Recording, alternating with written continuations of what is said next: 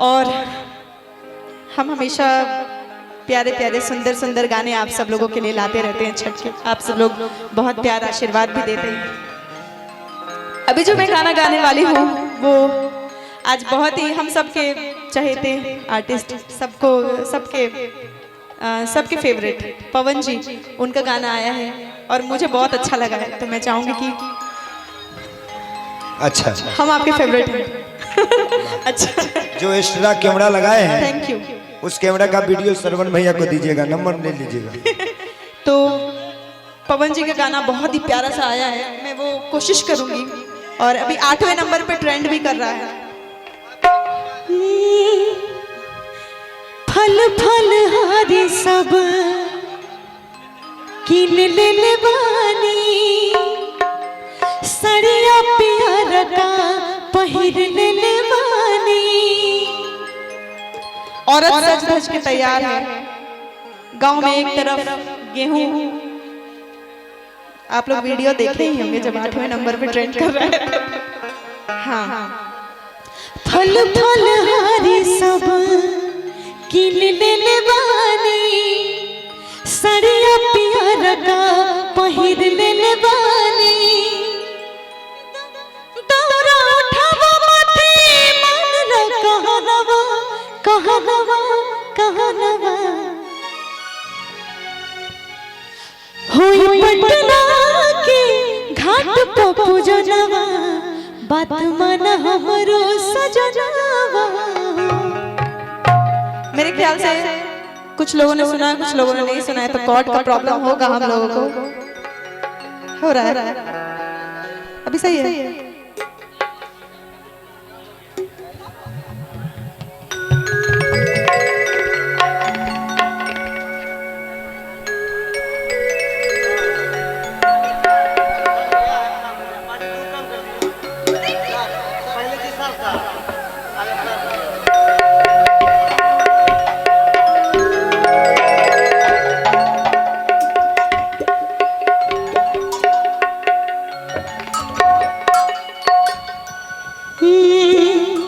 ठीक है, आइए।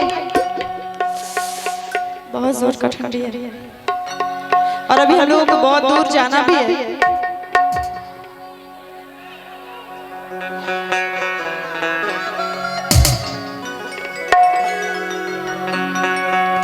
फल फल हारी सब किन ले बानी, सड़िया प्यार का पहिर ले बानी। दौरा उठावा माथे बांधना पगरिया पगरिया, होई पटना के घाट पर पूजनवा, बात मन हमरो सजनवा। होई पटना के घाट पर पूजनवा, बात मन हमरो सजनवा। फल फल हारी सब किन ले बानी,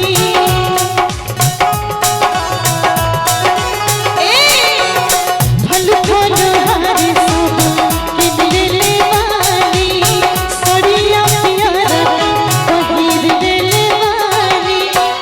दौरा उठावा माथे बांधना कहनवा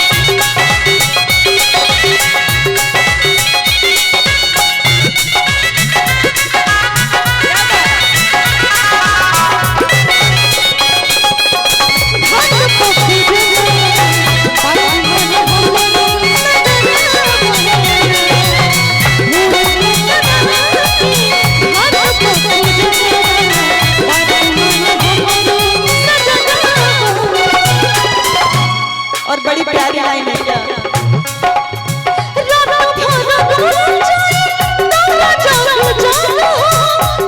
शीतल लहर